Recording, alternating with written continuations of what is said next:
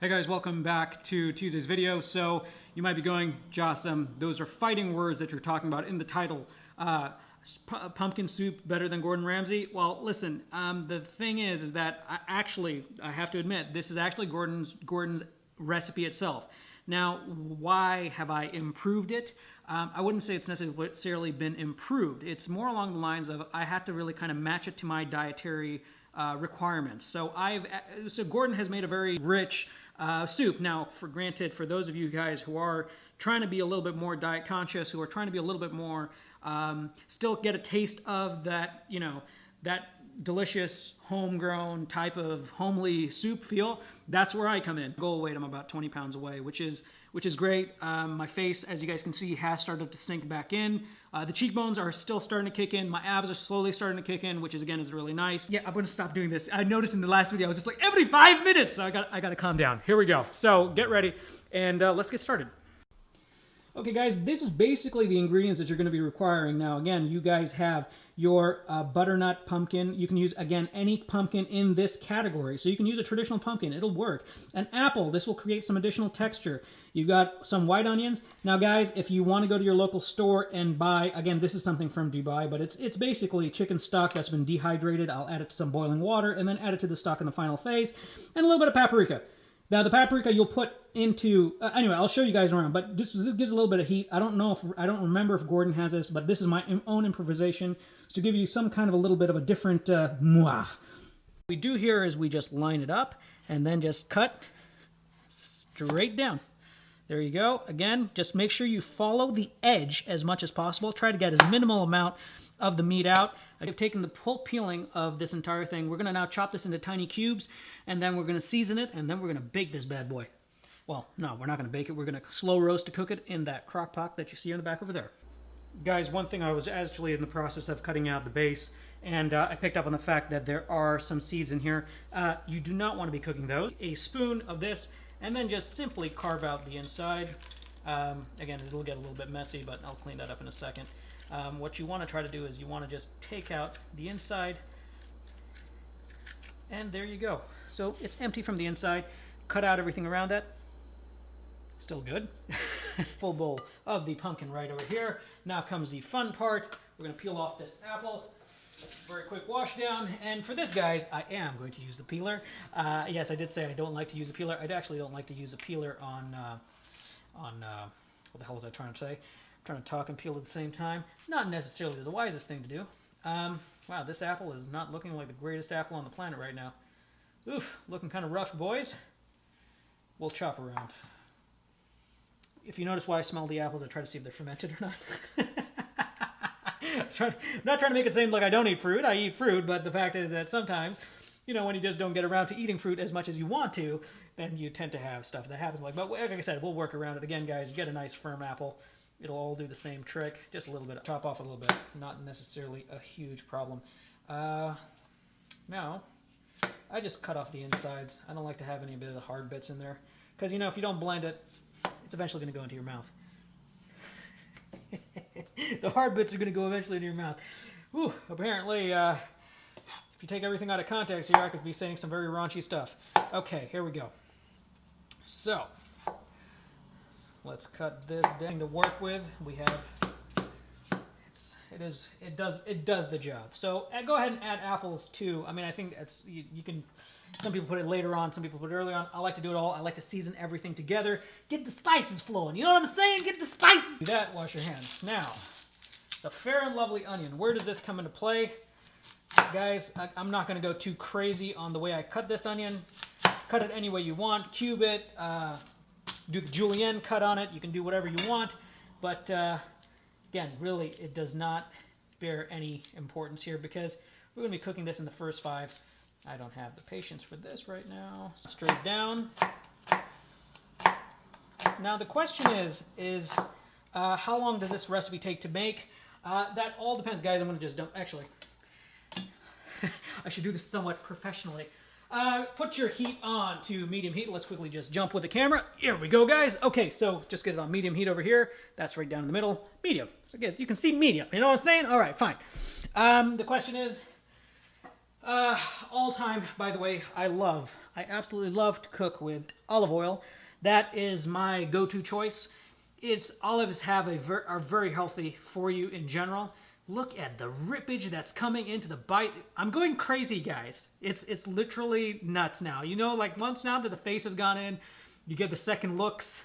You know, it's just kind of like, then that doesn't motivate you. Now I'm just kind of like turning into one of those like, ah! Anyway, so use olive oil.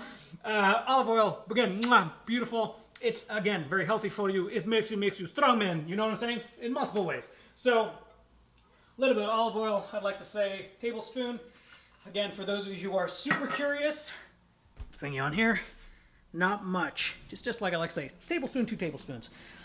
And we'll just go finishing up chopping these onions. So, again, just cut them straight down. Don't need to make them tiny cubes or anything like that, because by the time these get cooked out, they will all melt away. Here, that'll get started. Okay, that'll work at its own pace. Now, I give it a nice shake around. Make sure everything is nicely coated. Hands washed again. All right. Now comes the fun part. I don't know why I'm speaking like this, but apparently when you cook, you start to become Italian and you hit glass. Opa. Okay, so a little bit of paprika, guys. Some salt. Let me go get it. You want to make sure you nicely salt everything. Pumpkins have a tendency to absorb. The flavor will come out. There will be a natural sweat. It'll have a little bit of like a watery type substance that comes out. But again, because when you have salt on something that has more water, through osmosis, as you know from studying science, because I was a man of science, water gets pulled out from the vegetable or the fruit. And in this case, because it has seed, it is a fruit, so it pulls out. Anyway, so it gets pulled out. And do you hear that? Can you hear that, boys and girls? That's the sizzle, so we don't have too much time to talk. So, you're the one talking, Jocelyn. So, here we go. Wait, what? 1 minute. 1 minute. Okay, stir this around. All right. So, what were we discussing? Very quickly, again, you want to make sure you salt. Don't be a little shy on the salt. A little bit of salt is okay. Remember, when you add salt in the final step, that's the problem. Now, a little bit of paprika. We got that. Why the paprika? See, you know what I hear is, here's the thing about spices. Usually if you go to an Indian restaurant or a Pakistani restaurant, whatever restaurant, a South Asian restaurant, you will be like, basically, you're like, I just burnt my mouth, I couldn't taste anything. I usually equate, if there's more burn, the chef doesn't know what he's doing. No insult to the chef. Yes, I know it's supposed to be spicy, but not so much that somebody can't enjoy their food. Now, granted, some people are like, I like it so spicy, I cannot taste anything. I'm not one of those guys. I'm probably more along the lines of a milder palate. I mean, I have spice now. I can handle it. Before I couldn't, but now I can. Excuse me 1 second. So therefore, that's why I try to give my food a little bit of heat. Not too much, not too crazy. But again, it gives it a little bit of texture. So now, what else do I need? Got a little salt, got a little... Watch the onions. Again, you don't want your onions becoming brown. You want them to be lightly sweating. They like to call it sweat. See, it is a little sweating. When you are sweating, it means the flavor of the onions is coming out. I'm almost there. You can see it's getting a little bit wet. It's coming on my hands. That's what she said. You want to make sure that you keep mixing it. Okay, just kind of give it a nice turnover. Want to make sure everything is coated. Now, the fun part is, first I'm going to take my glove off, for everything inside. Let's do this. Okay, now, how long do we do this for? You have to roast this now for the next, I'd like to say 10 minutes or so. What you want to do is, you don't want to add any stock, you don't want to add any water, you don't want to add anything right now. What you want to do is, you want to slowly just let the flavors cook and let the flavors come out. Now, just for giggles, what spices do you got here, sister? Sister's got the thyme. Again, add a little bit of thyme, gives it a nice Italiano taste. A little bit of that. The stock is done, and we've got a very, stock is all right. We'll put this back on, add a tiny bit, temper it, just get a little bit of a mix going. Okay, don't put the whole thing in just yet. You want to get a nice, gentle mix going. Get everything nicely coated. We're going to put this on high. I want an initial boil to come out. Once that boil comes out, drop it right back down. So again, keep on mixing. Sizzle. Take this off. Smells good. We're going to add that in. And boys and girls. Alrighty, so boil has initially come up. We're not going to turn that on to low heat, as I had mentioned to you guys before. We are not going to let that again simmer. We're going to take this spoon, take that out. I'm going to find the cover, put the cover on top, guys. Don't leave any partial openings. Just put the cover on top. It'll slowly roast in its own flavor.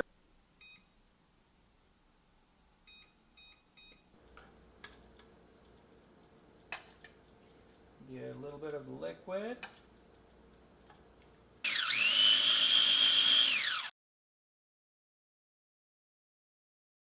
See how it's come out? It's got a beautiful velvety finish to it, nice and smooth. Oh, that's very nice. Nothing like having this on the start of a very interesting, cool-ish winter here in the lovely land of Boston. Oh man, this is fantastic. Now, guys, again, if you do want to make this a little bit more richer, a little bit more fuller, you know, you can add cream to this. You can even add milk to this. Sometimes, if I know people are trying to be a little bit more health conscious and they want to make it a little bit more, you know, add a little bit of a filling, I put a little bit of whole milk inside just to give it that little extra. But to be honest with you, having this on its own without anything in it is, personally, I think it's the best. All right, guys, I'm going to enjoy this, finish this off, blend the rest of that. But hey, it is what it is. Until then, guys, much love to you guys.